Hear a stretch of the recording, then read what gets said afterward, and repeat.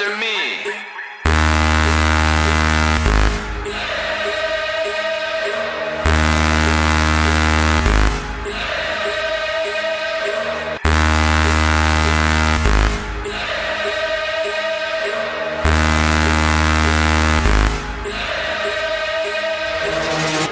Repeat after me. Hi, hockey fans, youngsters and grown-ups too.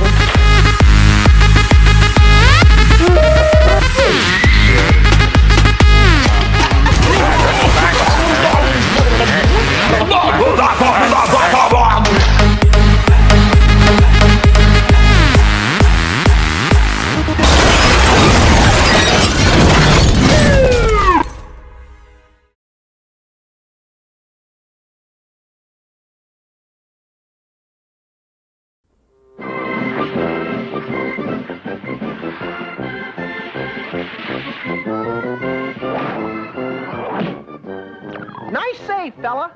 Hi, hockey fans, youngsters and grown-ups too. I'm here to talk about NHL hockey.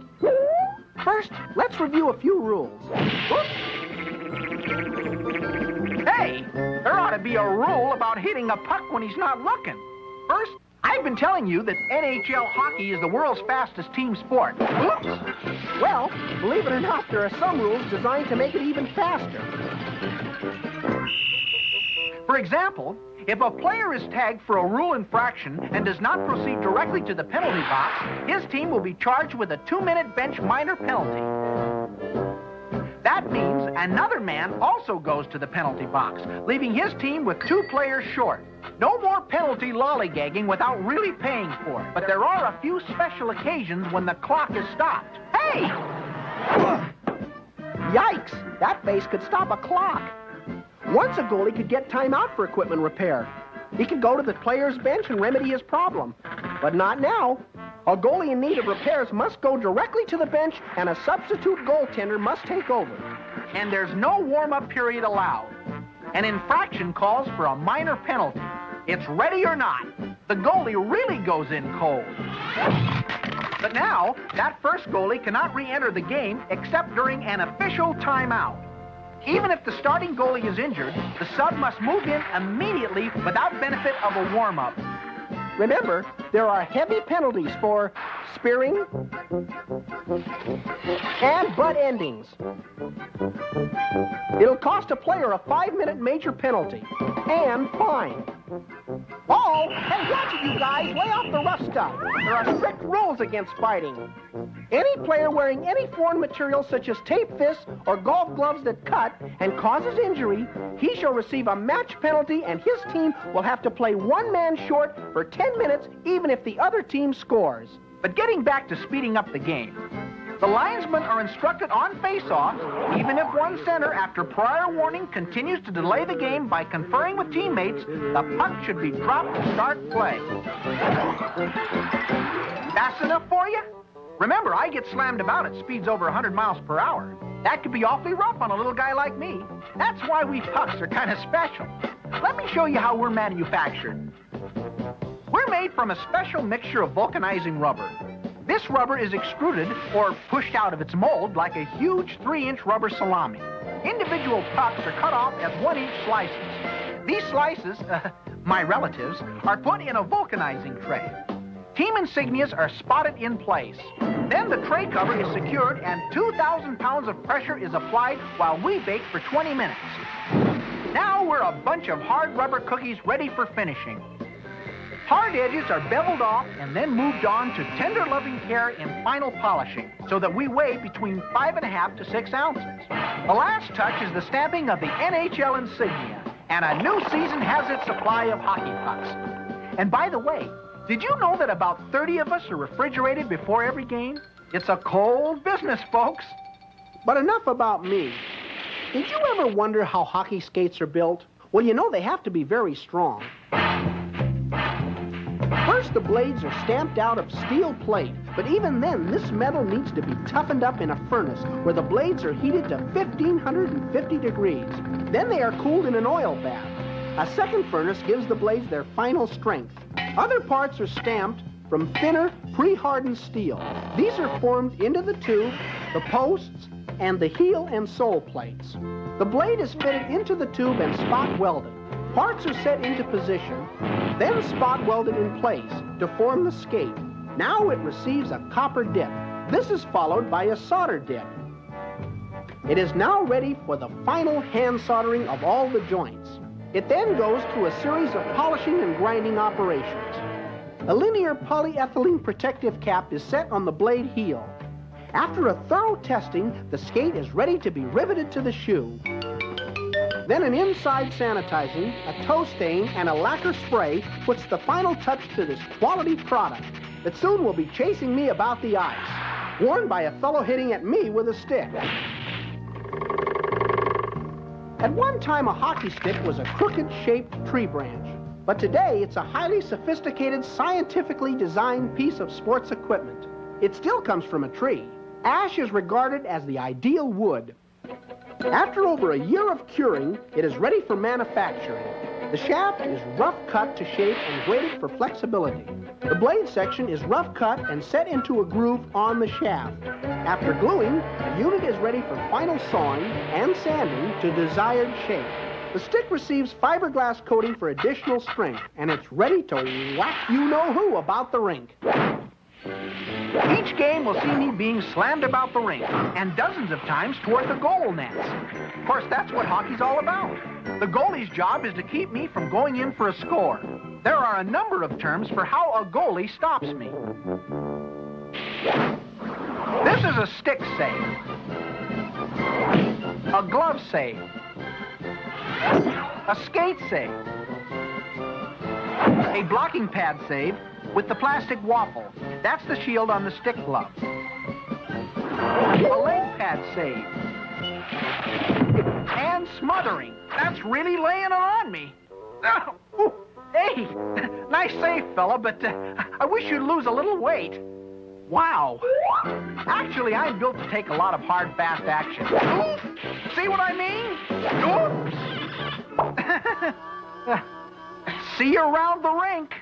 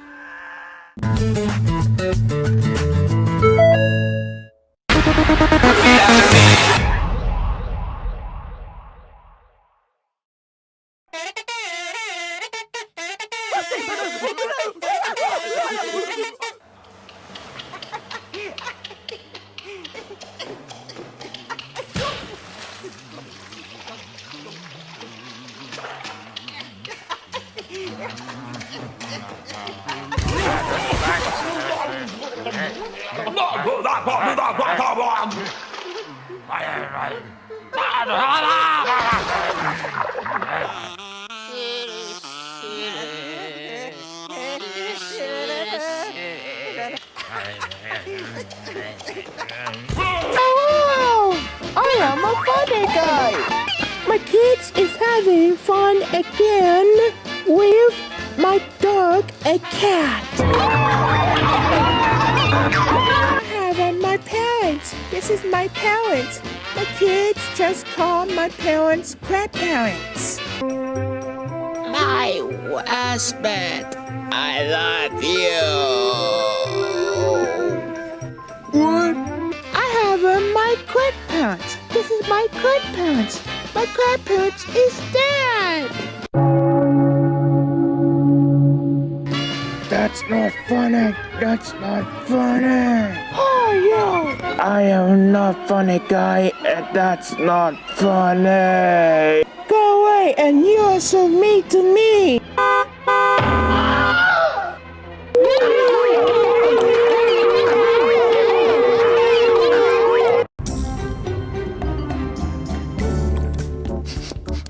What is that terrible smell? It's a love potion, Bob. Odor evil. Just part of my armory of love. When have you ever had a date? I had one last week, but she cancelled to stay home and wash her spike. That's a euphemism. No, it's definitely a spike. Oh, scratch me, Bob. You wouldn't understand. You just haven't got it. It? What the ladies love. Style, charm, pure unadulterated evil. It. And you have it, do you? In spades, Bob. I'm a babe magnet. I've got it, and the chicks can't get enough. Watch and learn. Hello there, Imp here. Tonight's your lucky night. Music, moonlight, and most of all, me. What do you say? Well, what did she say? I'm not sure. I think my potion has melted the phone onto the side of my face. Ooh, evil.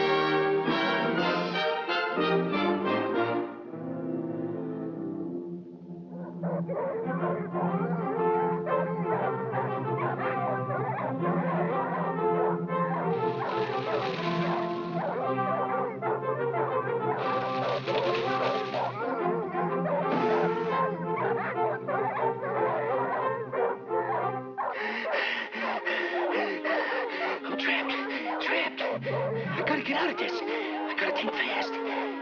Trapped. Oh, boy, they've dropped the wabbit.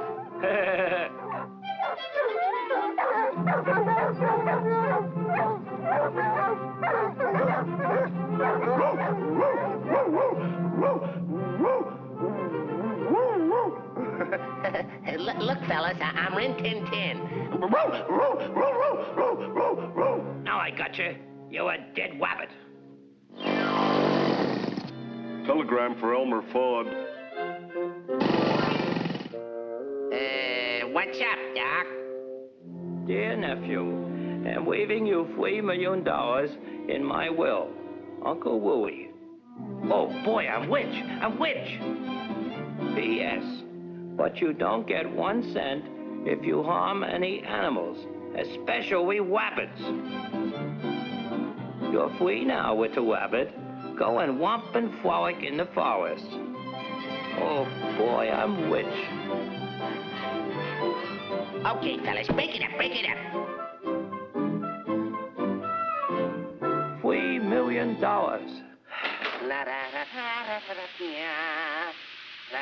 Angel in disguise.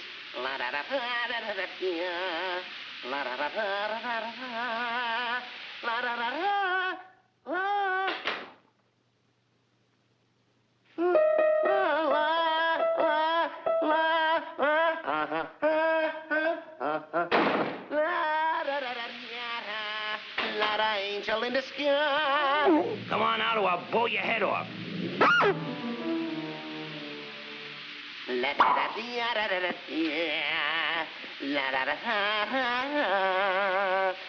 I'm just an angel in disguise.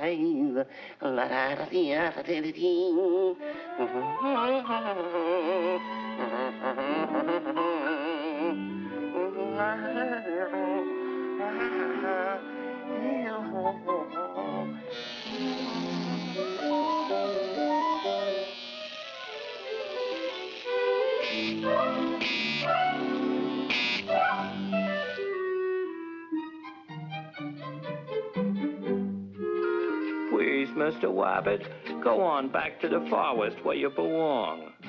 Be nice with the wabbit. Ooh, ouch, ouch! Hey, what are you trying to do? Kill me? Hey, you're fracturing my skull. I'm gonna call Uncle Louie. That's what I'm gonna do. Operator, operator. Hey, you got a nickel? Hello, operator, operator. Give me walnut treat. Oh, that's you, Mert? How's every little thing? Please, Mr. Wabbit, don't call Uncle Louie. I won't hurt you again. I promise. Well, okay. But watch your step after this, fat boy. Hey, what do you got to eat around this joint? Eat? I'll fix this guy. Think he'll twig me, huh? Step right this way. That'll fix him. Why, the dirty double-crosser. Let me in. Open up!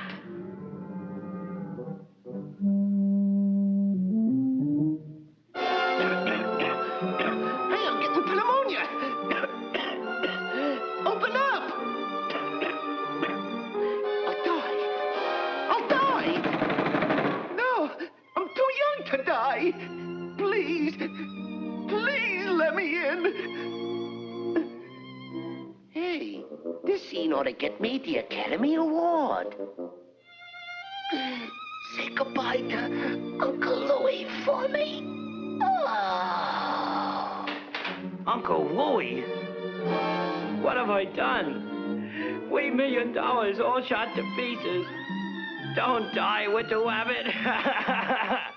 Please don't die. Walk by, baby, on the treetop. When the wind blows the cradle. Come on, that stuff. Swing it. Walk by, baby, on the treetop. When the wind blows, the cradle will rock. When the bow breaks, the cradle will fall. Down will come, baby. Special delivery. Your Uncle Louie has kicked the bucket. You now inherit $3 million. Inheritance tax, $2 million, defense tax, paycheck county, which leaves you owing us $1.98. Please remit. You don't get the dough, eh, Butterball? No, but I'm gonna get you. Yipe!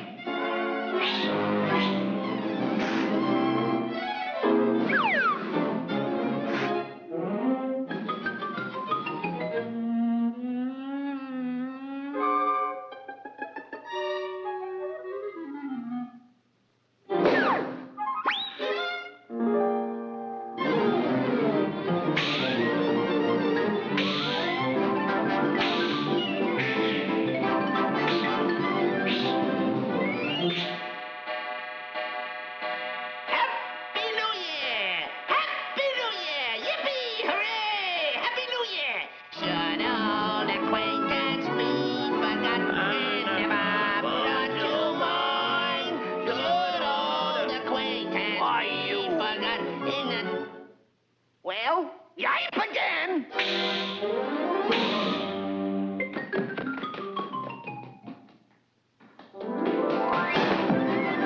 Don't go down there. It's dark.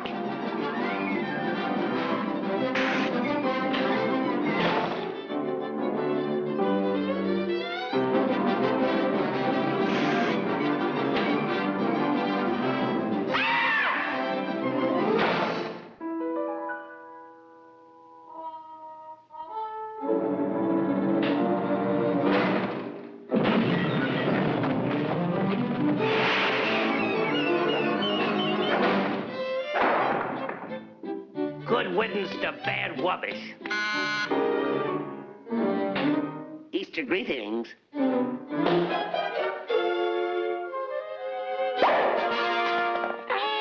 What's up, Doc?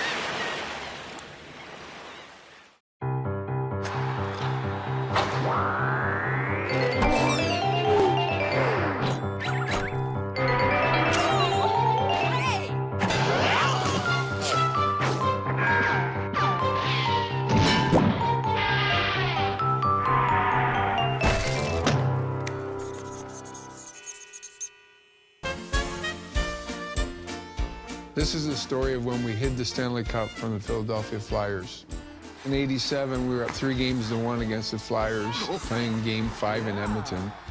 Mike Keenan brought the Stanley Cup into the Flyer locker room before Game 5, told everybody not to touch it. They won Game 5, went back to Philadelphia. The same thing was going to happen for Game 6. They brought it in the locker room, and of course they won Game 6. So we went back to Edmonton for Game 7. There was a Barnum and Bailey circus that was in the Edmonton Coliseum. So we didn't play Game 7 until 3 days later, from Wednesday till a Saturday. And every team would supply a third attendant in the locker room to help with extra equipment and sticks and ice and sodas. And I think he mentioned it to Glenn after Game 5 that they had the cup in their room. So Glenn got the Stanley Cup in the crate that it's in, and he hid the Stanley Cup. Well, everybody before the game was looking and searching for the Stanley Cup because the Flyers wanted to keep it as their good luck charm. Obviously, professional athletes are very superstitious. Every guy is, to a fault, actually. And he was trying to find some way to break their momentum. He proceeded to tell the National Hockey League that it must have got mixed up with the Barnum and Bailey boxes and it was on its way to Calgary. And so the National Hockey League was obviously scrambling around looking for the Stanley Cup because it was Game 7 and we needed a trophy to present. Well, as the game started, 5 minutes into the game, lo and behold, Glenn had one of the trainers present the NHL security with the Stanley Cup, and the Oilers won, and the rest is history. I'm Wayne Gretzky, and that was my tale.